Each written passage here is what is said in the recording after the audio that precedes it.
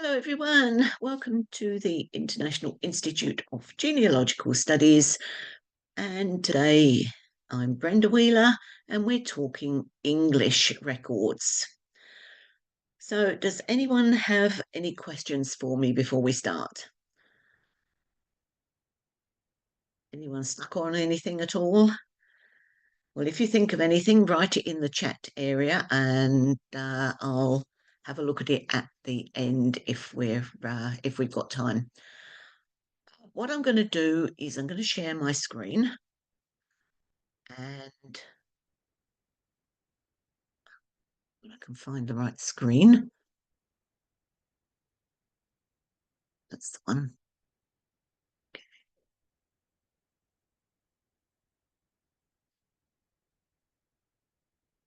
Okay, so what we've got today is another screen or another website that a lot of people don't seem to know about. And this is LondonLives or LondonLives, whichever you like to say. And this covers, as you can see, 240 manuscripts, 15 data sets. So there's an awful lot of names there. And so it's one of the websites that people don't really know about. And I thought it might be worth just having a look and see what exactly there is here. It covers an area of 8 different archives. So that's a fair bit that that's a fair few archives they're working with. And you can either search, which will give you, hopefully it'll work.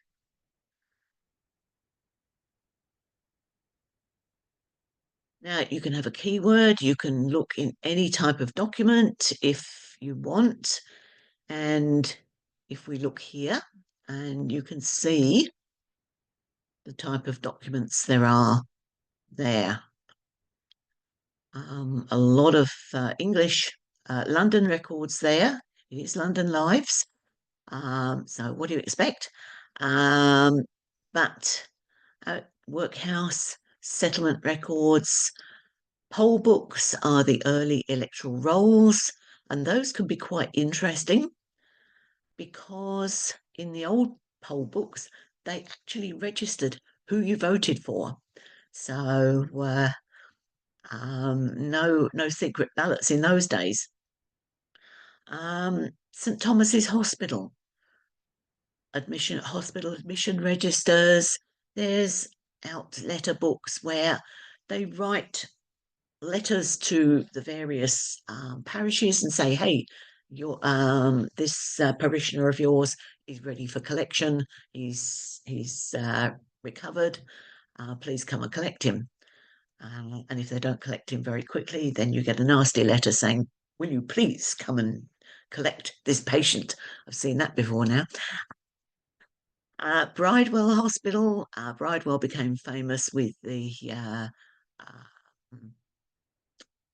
with a lot of marriages that weren't legal. We've got St Dionis, St Clement Danes, some St Botolph. So there's some quite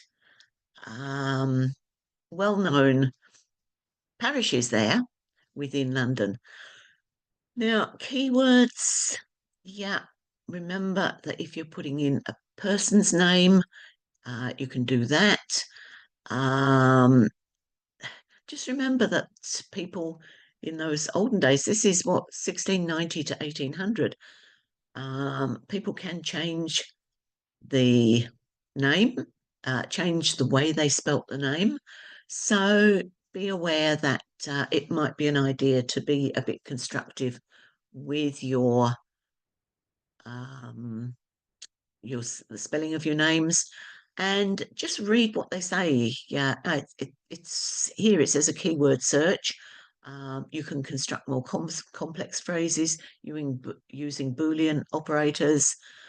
So you don't have to just stick to a name. You can use little asterisks for letters missing, that sort of thing.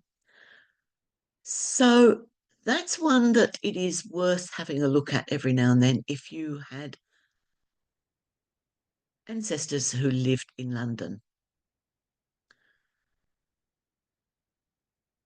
Another one that seems to be less well known, and I'm surprised that none of the actual subscription websites have ever picked up on the hearth tax, 1662 to 1689. If you had a a hearth, be it a fire or a stove you cooked on, if you paid more than £2 a year in rent, then you are liable for 1 shilling twice a year. So you paid 2 shillings a year per hearth, per fire, or per stove. And although some big companies were that used uh, fires for work, such as smelting works, etc., were exempt, the bakery wasn't. So if you had bakers in your family, there's one thing to look at to see if they were ever charged hearth tax. So the hearth tax is one of a selection of what they call excuse me, the E179 records within the National Archives. These are the tax records. And so it's not just hearth tax that comprise these E179 records, but this is the one that a lot of people have heard about the hearth tax and don't know where to go to find it. So what do they, you can read all about it by just doing the research guide on hearth tax, and this will come up.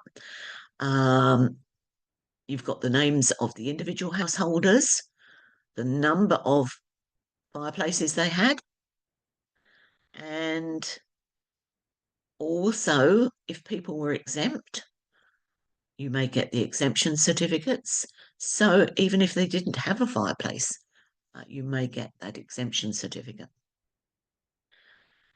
So there's a lot more different taxes that are available, and it is worth having a look at the E179 records within the National Archives.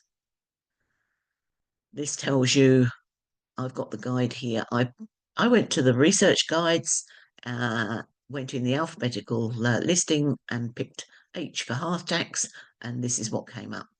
There's related search guides as well, so landed estates, medieval customs, all of that sort of thing that you can also have a look at. So one of the things mentioned in this article is there is actually some records available, and they're available on the Hearth Tax digital website. So let's go to it. There we are. And you can see this one doesn't cover the whole of England. You may find that the county you want hasn't been done.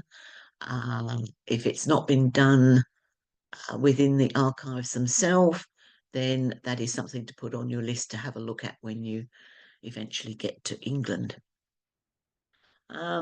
We've got Bristol here, and what if I click on that, what comes up should be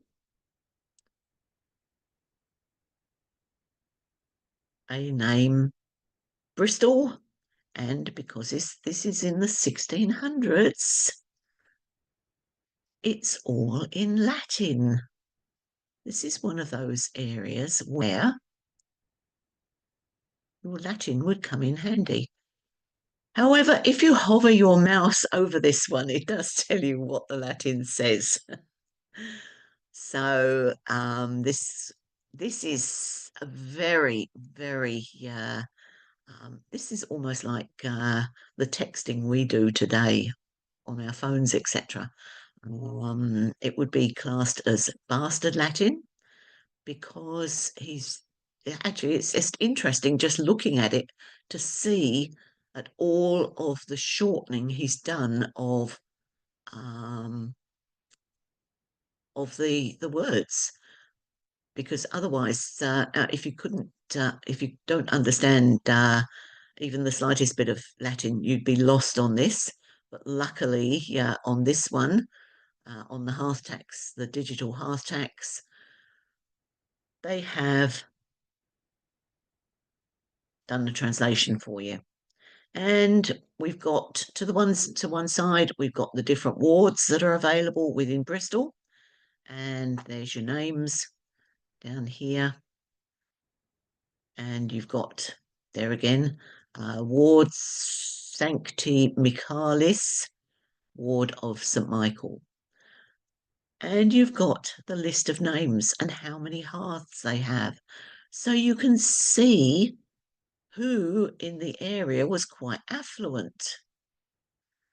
Thomas Jennings here, 8 fireplaces. That has got to be, these are got to be big houses or some form of manufacturing process that hasn't been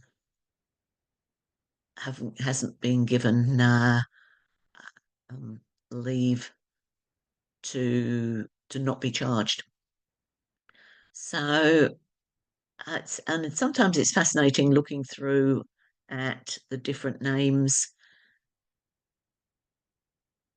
Johannes, shortened form of Johannes, in other words, John Saffin. So looking through, and that's just one ward that you can see how much there was in the different records we have, the different places there are there. Covers some of Yorkshire, Coventry and Durham.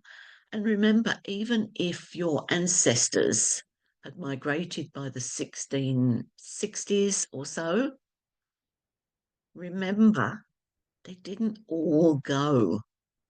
Not every member of the family left. So it could be that looking at these tax records, you actually get to see some of the remnants of your family. And obviously, a more unusual name is going to be a lot easier to find if there are any records there. So this is another one in that is available.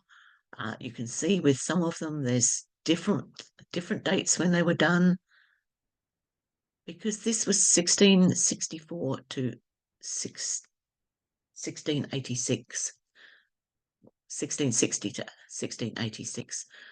So there's Warwickshire, more of Yorkshire, Westmoreland, Norfolk. So I'm going to be looking at Norfolk for my husband's early ancestors there.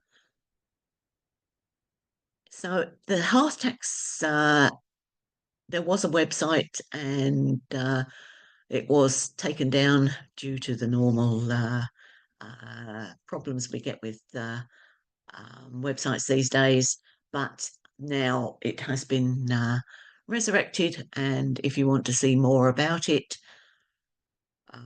it's now would you believe, being maintained by an Austrian centre for digital humanities in the University of Graz in Austria. But it's also under the auspices of the Roehampton University, and it grew out of this previous hearth tax online. So it is well worth having a look at that if you have very early ancestors who were in those areas. If they're not on this website, have a look in the local archives of your county to see if they have done any work within the local archives.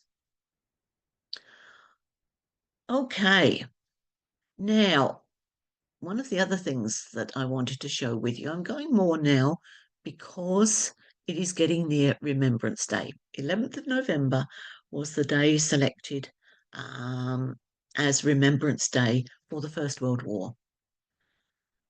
And one of the things you can look at as to see if anyone close to you, where you now live, actually died in the First World War. Can anyone give me a street name? Come, someone unmute and give me a street name. You don't have to give me an address. Just give me a street name. Anywhere. America, England, anywhere you like. You're all very quiet. You're all very shy. Okay. I'll just put in Valor, a. Valor Road, Winnipeg, Manitoba. Okay, spell it for me. VALOR Road, Winnipeg, WINNIPEG. Yeah.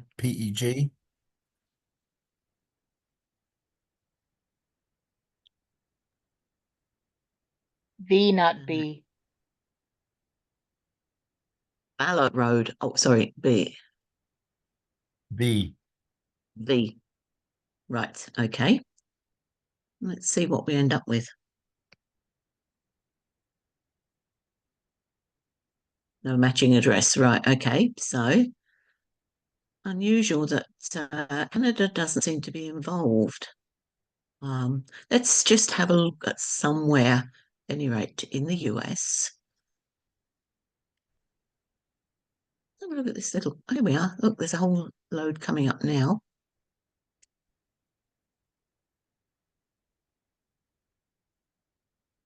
Where have I got to so far? Okay, there's Saskatoon there. Let's have a look at Saskatoon.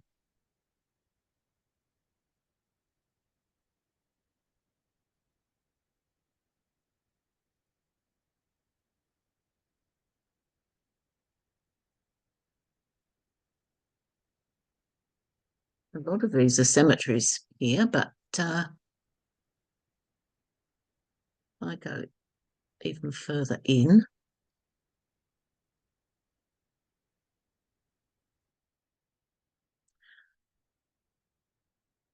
There we are in Saskatchewan.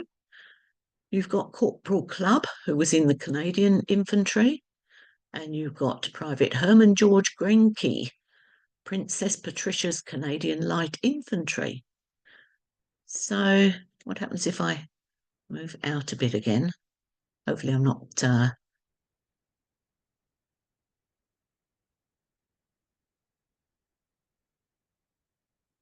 Okay, let's go to Montana, seeing as how that's where the boss lives.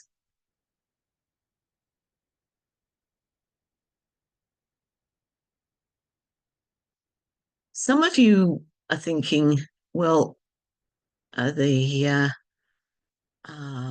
lost it again now. There we are. Well, the Americans didn't come into the war till quite late, but a lot of US persons decided to either go to Canada and join a Canadian regiment, or they went over to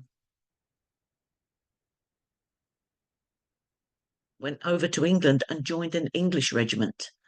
And so you can see where these, bring it right in. I've lost the guy now. There he is.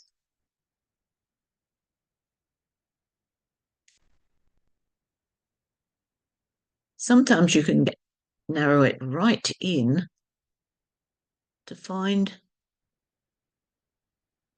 We are Private Patrick, Canadian Infantry, and that's in Montana. So just because you think, oh well, First World War, no, there won't be many Americans, but a lot of Americans, as you can see from the pictures that you're seeing on the screen, all of these circles represents a number of citizens, there you go, from the States. So this one, a street near you, is not just the people who died in World War One who are based in the Commonwealth or based in England. Just just look at all those circles. So have a look at a street near you and see if there are any people around where you live who died in the First World War from some reason or another. You just go up, see if I can find anything around Winnipeg. I mean, just, yeah, I there's think nothing the for problem Valor. I think the problem with you didn't put the U in Valor, Ah, Valor, the Canadian and British way of spelling it. see, I'm so used to. So there you go. Okay, yeah, Winnipeg. Let's go this one. See, there you are. That's when I've come straight down, right down into the actual streets themselves, and I can go here, Notre Dame Avenue, Winnipeg, Private Charles Albert Spears. That's not a name to have if you are in my electorate at the moment. We're just having to have um, our member of Parliament, Mr. Spears, has had to drop out of Parliament. He was caught selling drugs. But here we've got uh, Gunner Jules Benjamin Alfred Desailleux. So Canadian Field Artillery. So you can see there is even in that area, Army Veterinary Corps, Clifton Street, Winnipeg. So yeah, and if I go a bit closer, 42 down here. Look, that must be the cemetery, I would think. Oh, that's the memorial for the cemetery. Or there you are. There's the memorial for the First World War for all the people in that area who died. So that's what I wanted to try and get to actually show you. And once you're in the area that you're interested in, you can zoom in to see if there is anyone, even in your street, who you never even knew was in the army. So a street near you, well worth having a search for. Now, the other one that I cannot, for some reason, I cannot bring it up on this computer, but I've gone to Lisa Louise Cook, her picture of it. Bomb site. This relates to the World War II, and this is the census of all of the bombs that fell in the London Blitz. And there we are. It covers 7th of October 1940 to the 6th of June 1941. So less than a year, 8, 9 months. And even just for this very small patch, just look how many bombs fell in that area of London. And if you go to the bomb sites map, the website is bombsite.org. You can zero in if you had ancestors who lived in the London area, and that is the Greater London area, not just London itself. It includes Middlesex, Essex, all the surrounding uh, areas as well. Kent, all of those come into this census of the London area, the Greater London area of bomb site. And you can click on those little red dots or the little bombs themselves. I can't with this because it's just a picture. And it will bring you up the details of what that bomb was, whether it was high explosive or what, and if there were any injuries.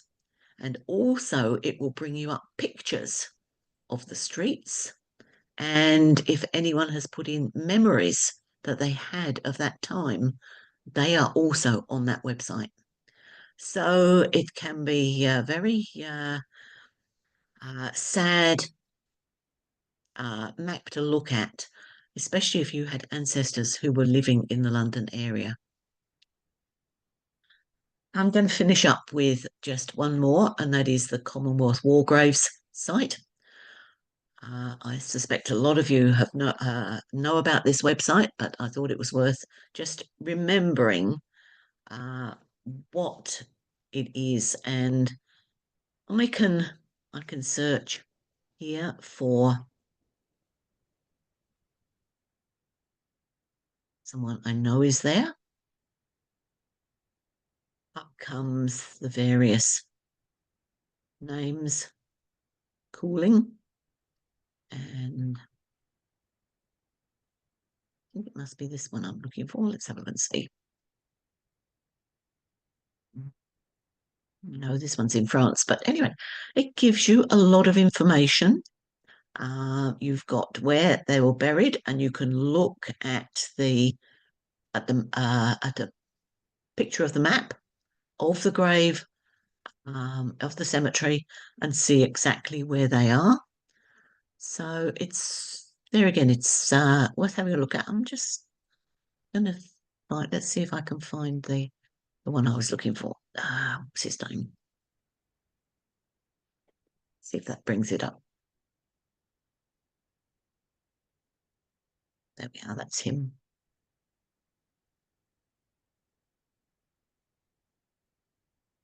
Now, with some of these, they've got additional information.